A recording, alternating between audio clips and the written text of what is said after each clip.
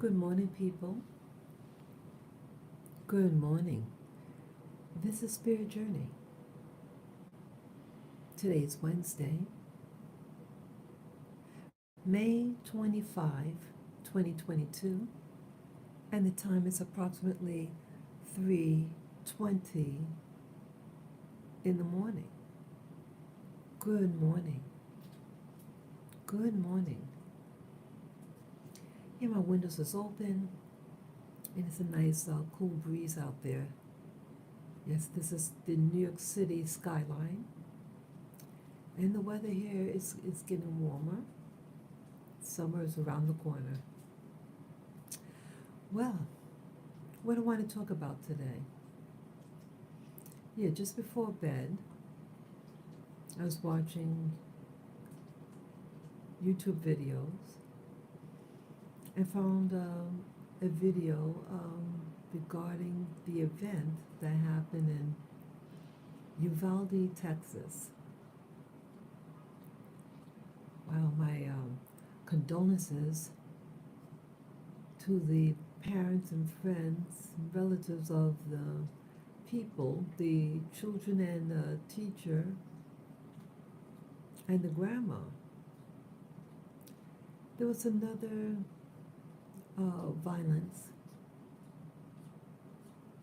that happened down there. About 15 casualties, one adult and the rest are children, at an elementary school. Elementary school carries children from second to fourth grade, if I heard right, young children. And an event happened. There was a perpetrator. I want to try to be careful because some of the certain words triggers the video, you know. But an 18-year-old is arguing with their grandmother about him not being able to graduate. And the grandson, 18-year-old grandson, takes his grandma's life and then goes in his truck with arms,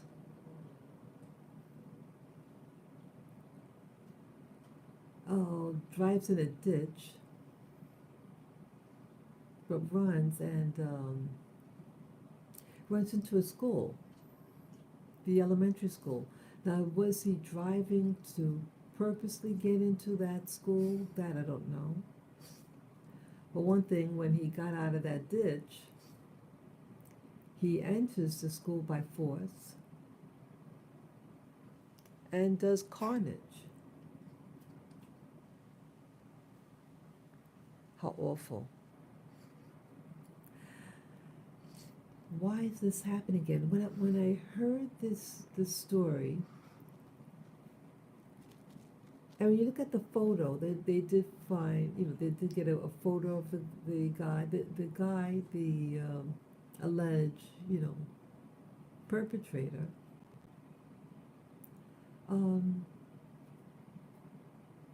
They had a photo of him.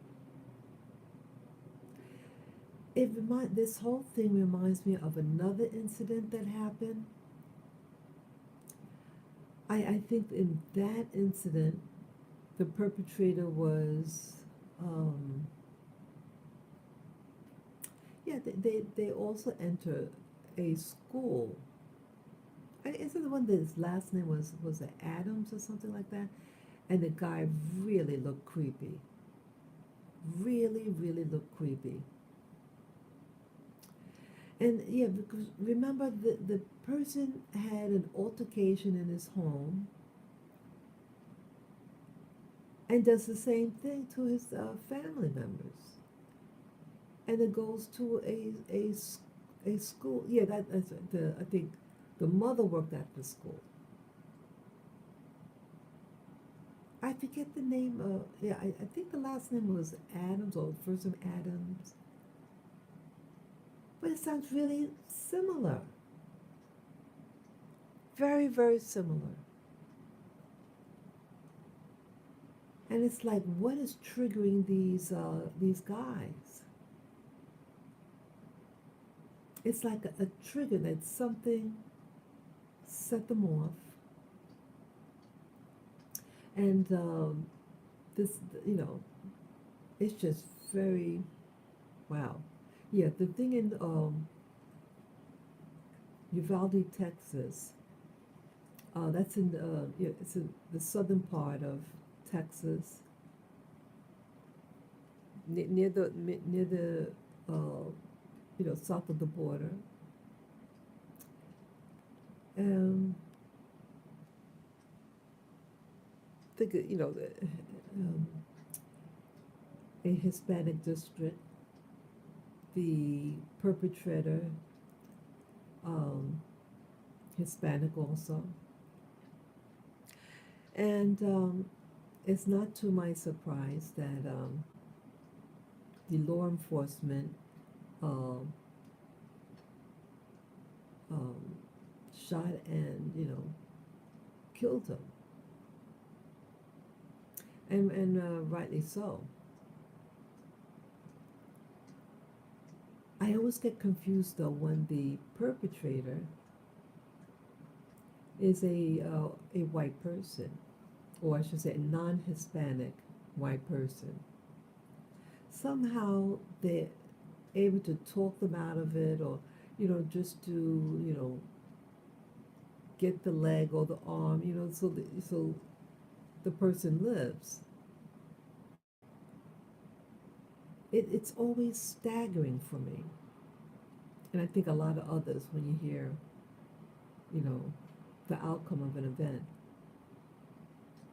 You can almost know what the person isn't if the perpetrator is shot dead. Usually, at least what's shared on media. I understand it. All things being equal, right? Shouldn't the equal outcome happen? It's like we mourn. We mourn about things like this. And it's just a couple of days ago, was that last Saturday, that event in Buffalo, New York. And somehow he survives. Not, a horrific thing. Use a firearm at a supermarket. And much of the people that were um, lost their life were all black people. White shooter, black victims. Well, I wasn't supposed to say that S word. But somehow, that 18-year-old suspect, they're really nice to him and patient, and frisked him, and I just don't understand it. I don't understand it. I really don't. Violence is violent, right? But somehow the authorities always seem to know how to handle gently, with minimum, effort, if it's someone that they think is their own of of that particular demographics. But anybody else, somehow, at the end, they're not coming out there alive. Wow. I can't get that. The similarities, though. that other event that happened years ago. Started out in someone's home, or the mother was also a teacher at the school, and the perpetrator just looks bizarre.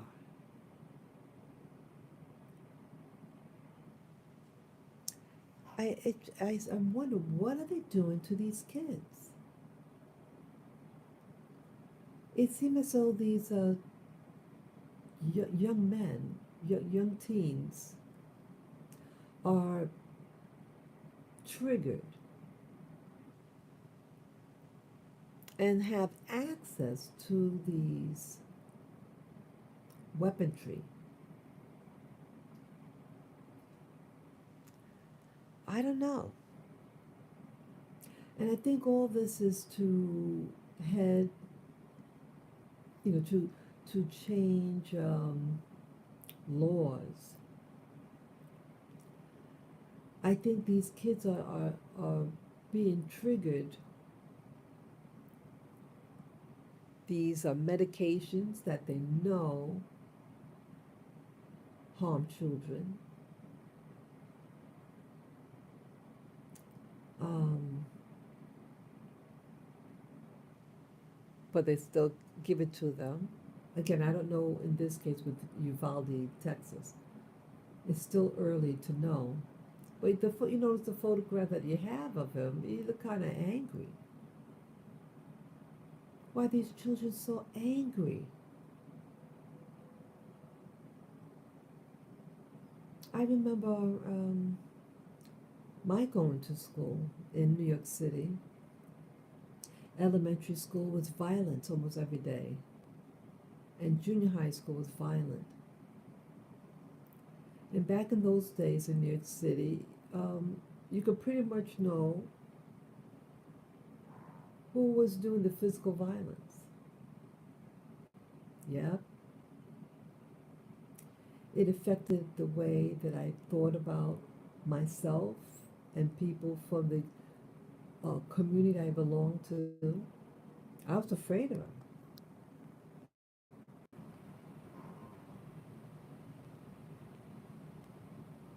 Sorry about that.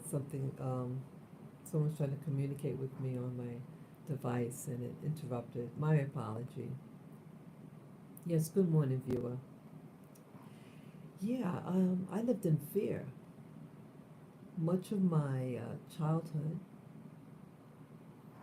and no one really cared. And back then, um, there were no weapons like that. Yeah, back in the uh, late late 60s, early 70s, we didn't have these weapons. We didn't have it in our community, even though the kids were just violent. Certain kids were just violent. Wow, I haven't. Sorry about this.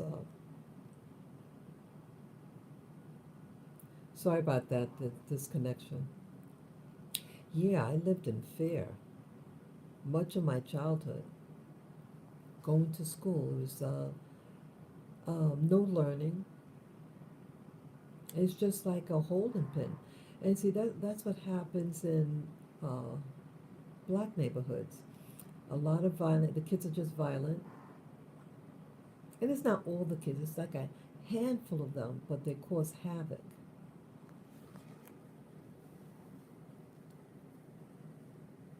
But now, once like the mid to late 70s, people had weapons.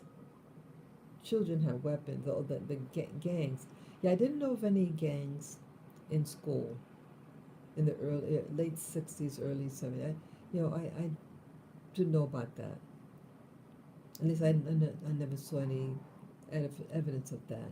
But by the time I got into junior high, um, you, I did, I saw, you know, drugs once. The thing that you smoke. I saw that.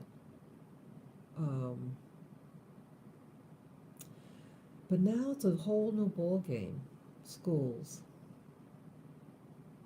People are bringing in weapons. The high school that I used to go to was one of the best in New York City.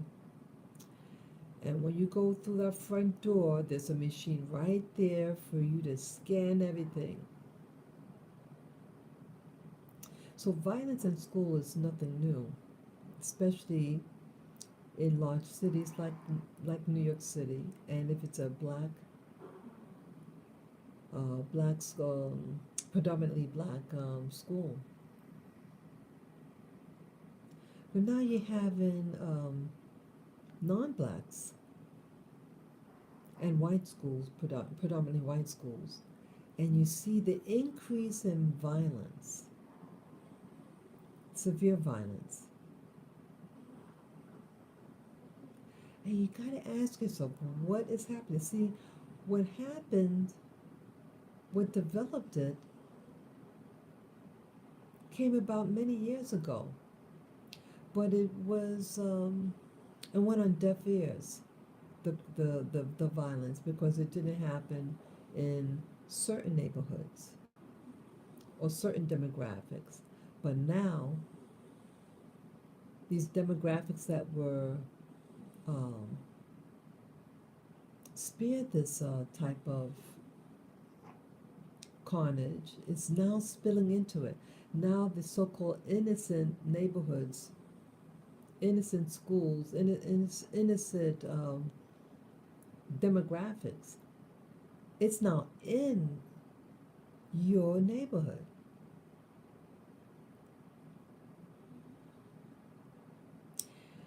And this is inevitable. See, evil is evil. And what's the seeds of this evil is the system. It is the system. It's not the person's race, religion, national origin. It's what's creating it. There's a lack of compassion. The movies, they create, they create movies. They create movies that glamorize death and destruction. They create these movies, these Hollywood pictures, these gangbangers. They encourage music targeting young people to disrespect women, disrespects life in general.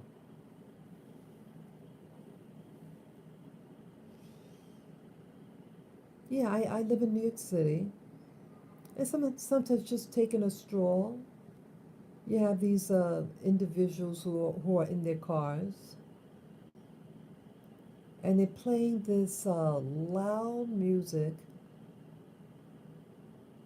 hearing the N word, and they think they're so cool playing this type of music. They glamorize that type of music, glamorize violence. And it's like the males are gravitating to this type of music. And somehow they get these firearms. I was listening to a video, I think it was 2 days ago.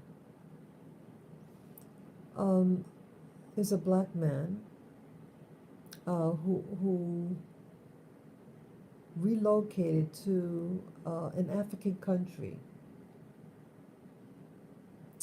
And he's being interviewed by an African woman. And the black American is giving his story.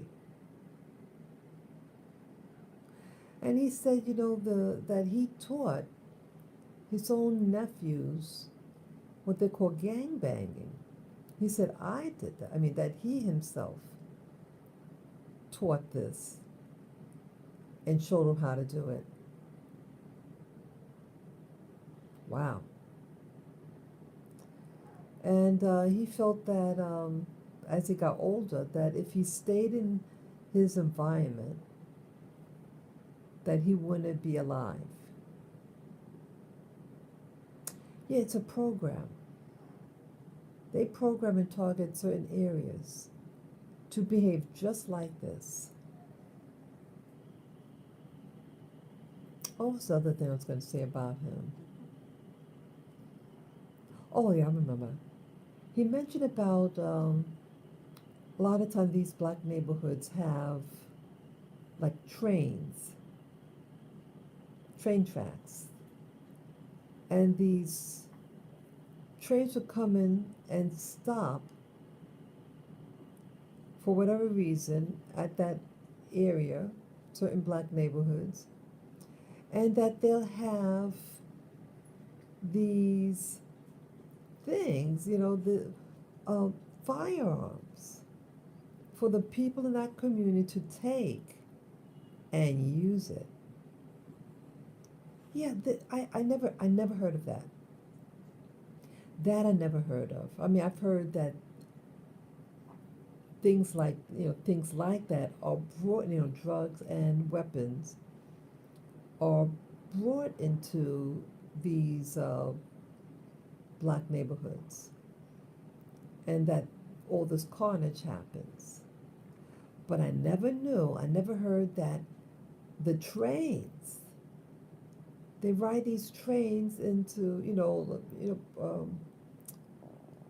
I don't know whether the cargo trains or passenger trains. Either way, they would stop in these areas and there'd be boxfuls of stuff. And the people would the young people there wonder how come the train stopped, and they're just being curious and they see it. That is evil. See, an evil person, person is not a friend to anybody.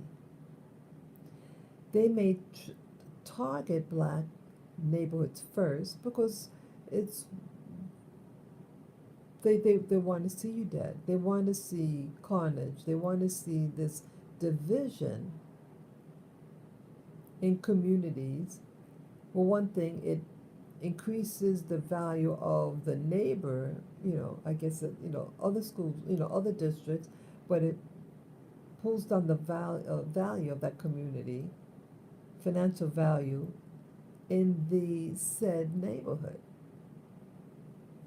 That is evil. When you create this division and harm to its citizens, and someone who does that, someone who deliberately does that to drop off firearms or illicit drugs that are highly addictive and corrosive to society, I mean, something like that should be made illegal to do. I mean, consider a special crime when you target neighborhoods like that. Yeah, these neighborhoods are created to do evil because, people really don't need a lot to live on. So we can't say, oh, poverty made me do it. It's not, you have poor neighbor, you ever see these commercials, and they're showing these poor indigenous children, and they're sitting by a bowl of food, and they're all like skin and bones, but they're eating really nicely, and they're sharing, and they're eating out of a bowl, communal bowl of food. These poor children are not violent, yet they live in severe, severe scarcity. While here in the U.S., people are really fat. Just look at American movies and the demographic. You see how fat Americans are. They're not starving. I mean, they may not be eating very nutritious food, but they got a lot of, you know. I'm just trying to say that the scarcity alone is not what's causing the violence. The scarcity is not what's creating the violence. It may be used to manipulate, yes, to produce fear, anxiety, but there's an outside force of evil.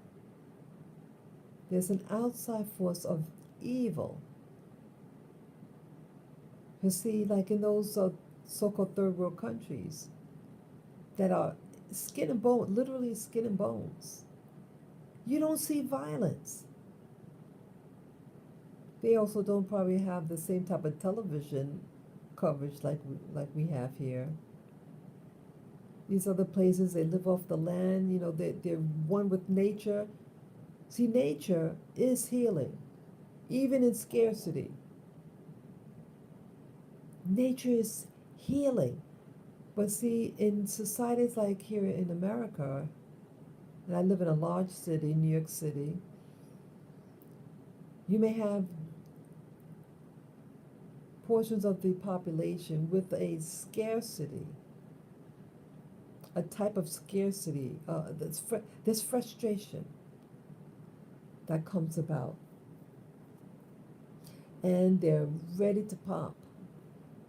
I remember when I was a student, when I re-entered college after many, many years, and there's this particular train, and the people are violent.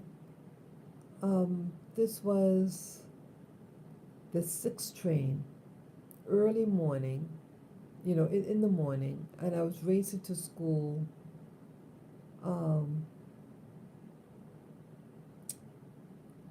And it would be packed with people. Yeah, the school is, you know, the train was heading south, the 6th train. And I just had to take it just maybe 2 stops or so, just a couple of stops. And the violent behavior of some of these women. And in New York City in general. And I felt I was being targeted by this woman, this verbal aggression. You could hardly move. You're packed like a sardine. And the violent voice towards me, like, is this lady serious? You want me to move? No one could move. And the bags are, you know, people's bags or, you know, suitcases on down below. You can't see a thing. You can't even see your hands. You're packed. And they're ready to pop on you. Yeah, yeah, it's not you know, they're not starving here in New York City.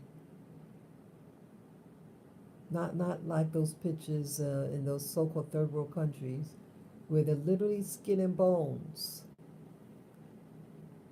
They're not violent while they're eating their bowl of food together. They're using their hands to eat. You see flies all in their face and eyes. They are not violent. Scarcity does not produce violence in a natural indigenous world where people are connected to the environment. An environment may not give out its richness to you because of a drought, but it's not what's producing violence. When you're connected with nature, when you're connected with it, there's a time and season under the sun in nature. But when you have this artificial scarcity, yes, you have artificial scarcities in these urban centers, and it's designed to frustrate you. You living in close quarters. They have you crammed in those subways, you know, the subway trains, like sardines. And somehow, like I mentioned, you get these firearms in your community. And I just mentioned a moment ago, this American black fellow is being interviewed by this black African woman. The black man had relocated to Africa to live. And he was saying that if he didn't leave America, he knew he would be dead. And he shared his experiences in his environment, living in these black neighborhoods, and how these trains would be entering your neighborhood, and then they would just stop, and curiosity, the people community would come up, and they'd see box full of firearms and sometimes drugs, and they'd drop it there, so that these people would kill themselves.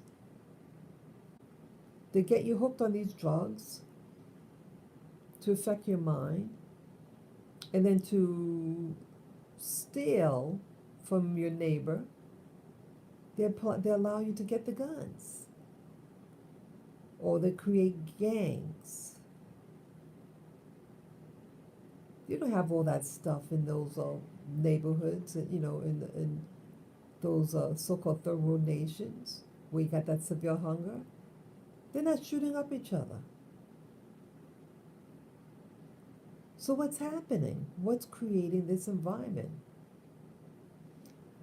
I say it's all man-made. The incident that happened in Texas, I think it's man-made.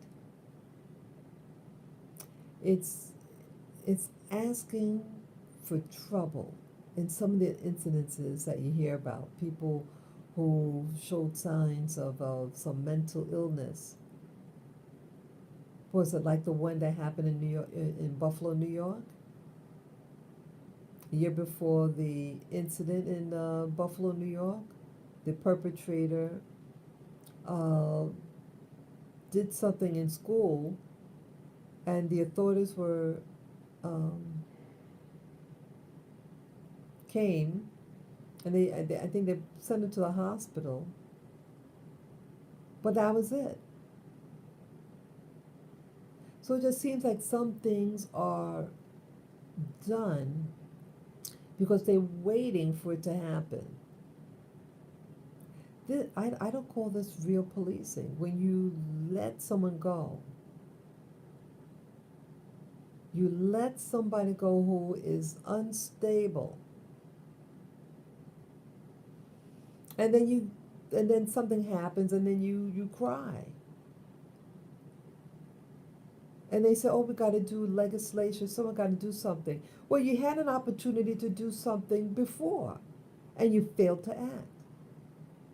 And I hope those parents or family members of the victims of the Buffalo, New York incident, carnage, I hope they sue the authorities, letting these creeps go. And you're not helping them. You're not helping them when you could. And it's just going to be a matter of time with this Uvalde, Texas. A large number of children and the grandma and a teacher lost their life. Oh, and the shooter. Again, as I mentioned, law enforcement only knows how to do their job when the perpetrator is an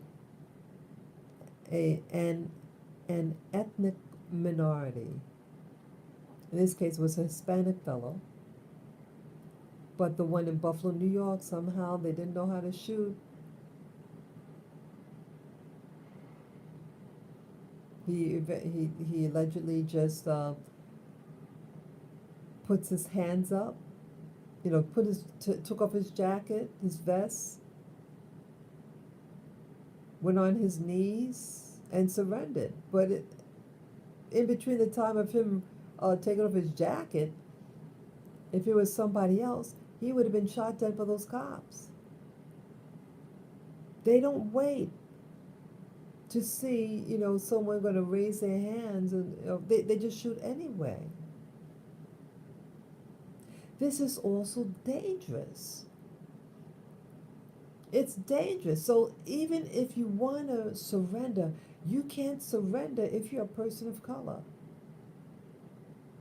If you're obviously a non-white,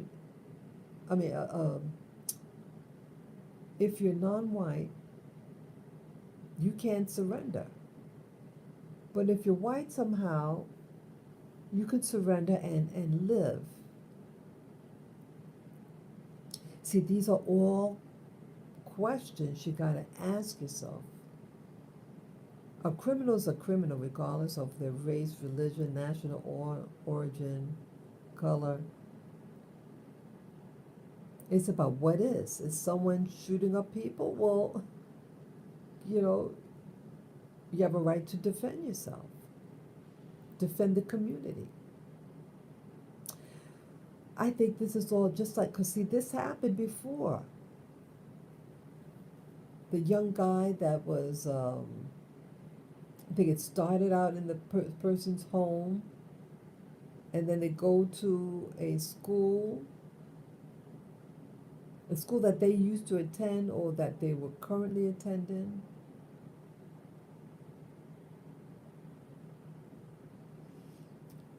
I think these young kids are being taught, are being something.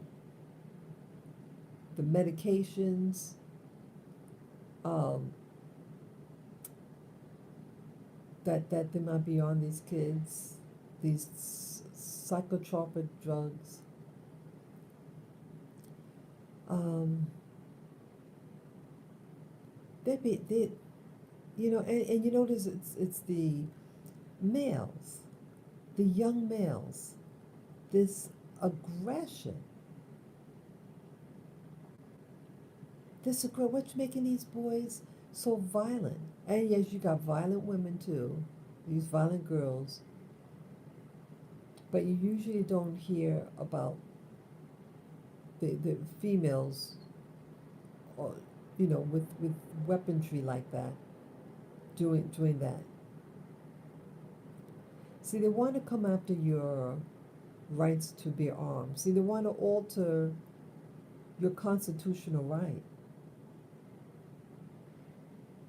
In Australia, the people do not have firearms, and that's why with that C-19, as I call it, that pandemic, they were able to do all those horrible things to those citizens. Yeah, it was horrible. Sorry. Yeah. Once you give up your right to bear arms, you're at the mercy of the state. And we saw what happened in Australia. I've met Australians. They're real friendly. Yeah, very, very friendly people. But you saw what happened to them. Such brutality I saw over the internet. What happened to those people in Australia for a so-called virus. Wow. Yeah, they want to do that here. They want to pass laws to severely limit. It is not the firearm that kills.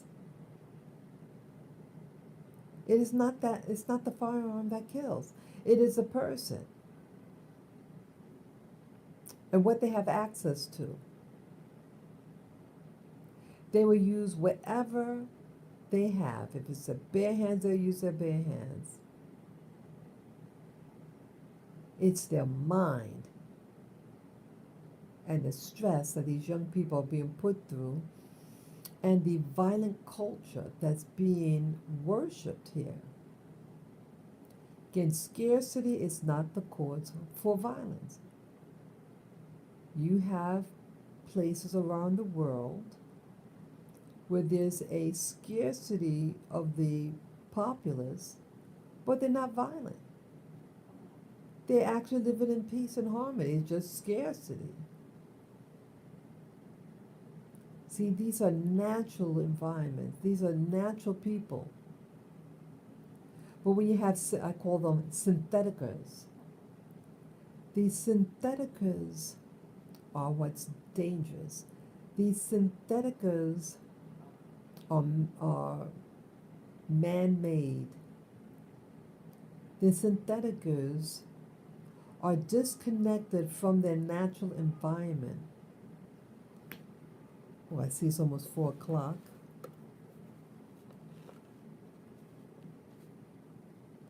That's what's killing them. When you adopt an, yeah, got it. When you adopt an unnatural lifestyle, when you're disconnected from what sustains you, you're going to be a target, or your society is going to be a target. You don't, you're disconnected and you don't respect life because you're disconnected from life. And they think, oh, by just passing laws and you can't have protection, they're making an excuse.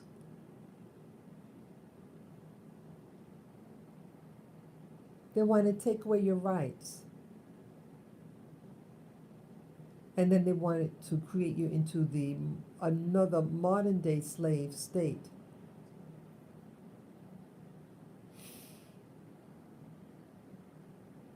It has nothing to do with scarcity. As you see, there are places that don't have a lot, but they're connected to the environment. The environment really, the true, true nature is healing. It's very relaxing. You get disconnected from the source, that which sustains you. Your community will be at prey.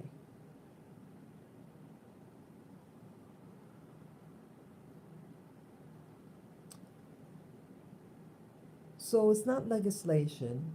See, there's always signs out there, signs of people getting into, you know, trouble. And when the authorities have an opportunity to try to fix it or to get intervention, I mean, this is one of the richest countries in the world, and you don't have places for, if someone shows signs of mental illness. The people that work in these hospitals are crazy. I don't trust the hospitals here in New York City. I have gone to the hospitals here for surgery once. These doctors and the people and the staff are crazy. See, they work for a check. They're not working for community. They're working for a check. They have a mind like a lady of the night, or let's say even a guy at the night. Yeah, because you have male prostitutes also. That mindset, they're just working for a dollar.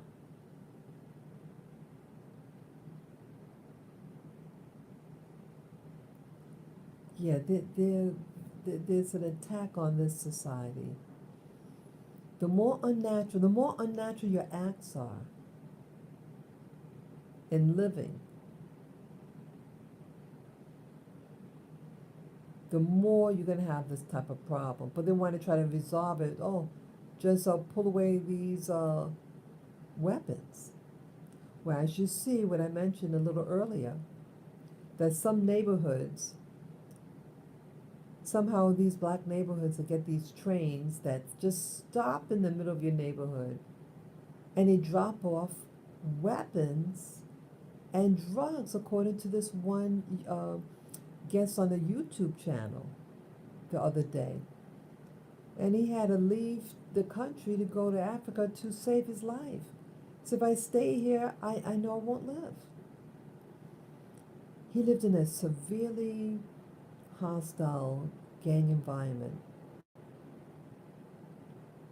See, black Americans are targeted in America directly to do harm and to make people afraid. But it's spilling over into other communities, like Sandy Hook and all these other shootings. And it's all man-made And if you examine the perpetrator of the, the things like that, there's always signs. Remember the Virginia Tech? Yeah, in an Ivy League school. Yeah, remember that one? The guy, he was from Asia, and he just had a meltdown, started shooting.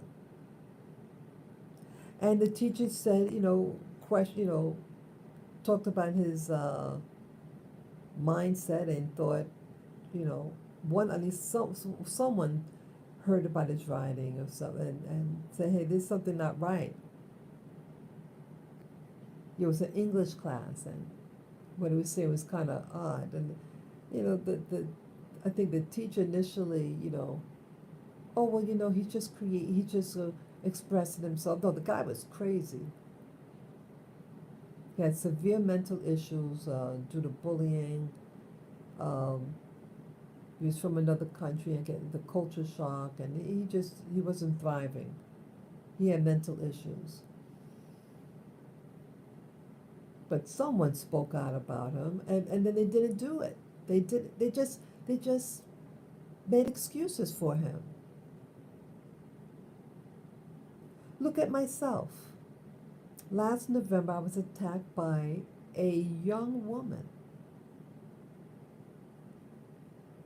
The cop said, oh, she has schizophrenia.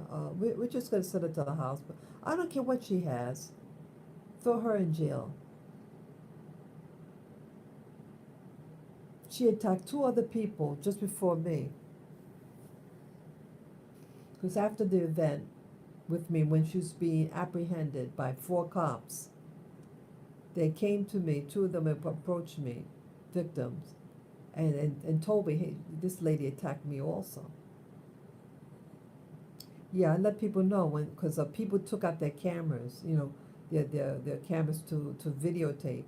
And I approached her and said, hey, the reason why they're doing this, she attacked me. This person attacked me. Yep, I made sure. Because they're going to put it on media, social media. All these poor cops are apprehending this white woman. Yeah, she was violent. Yeah, violent people. And again, I was not the only one victimized by this lady. And they let her go. They got an ambulance for her. She got in the ambulance first and not me. She attacked me and hurt me. They put her in there first and not me.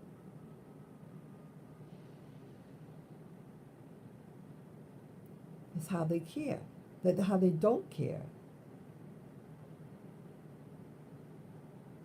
4 days later, this lady, perpetrators in my neighborhood, directly across the street from me, facing me. How did that happen? Was she was she a target for me? How in the world could something like that happen? Well, these perpetrators are being released. They don't need a crime bill. They need people to do their jobs. Keep those people in jail. Keep them off the street. That's simple. But they're not. And they're creating a violent atmosphere and a fearful atmosphere for the people who live in it. And for that, I'm saddened. We don't need gun control. We need law enforcement to do their job and getting these creeps off the street. We also need to promote a peaceful society. Why during the summer months, a lot of these action films, they're violent. Maybe they should ban these movies that have guns and violence in it that feed male aggression. Stop feeding the aggression. Stop having this music that talks about violence. And reward them for creating music of peace and love and harmony. Create more parks so people could relax and enjoy. Maybe lessen the work week. We're working too much. We are working too much, but producing, not producing good quality work. Here, the people here in New York City, when you go into these companies, they don't want to even do their job. They're violent. Some of these new stores, they're violent. They're from these troubled neighborhoods. They get a job because a lot of the whites left. They're not in the same type of jobs anymore, and now they got these questionable people who don't know good work ethics, but they know violence, and they're working for a check that equals chaos. Let's promote a culture of peace, love, and joy instead. Let's promote that. Let us promote that instead. Yeah. Condolences also to those people in Texas, Uvalde, Texas. You didn't need that. Nor did the people in Buffalo, New York. They didn't need that either.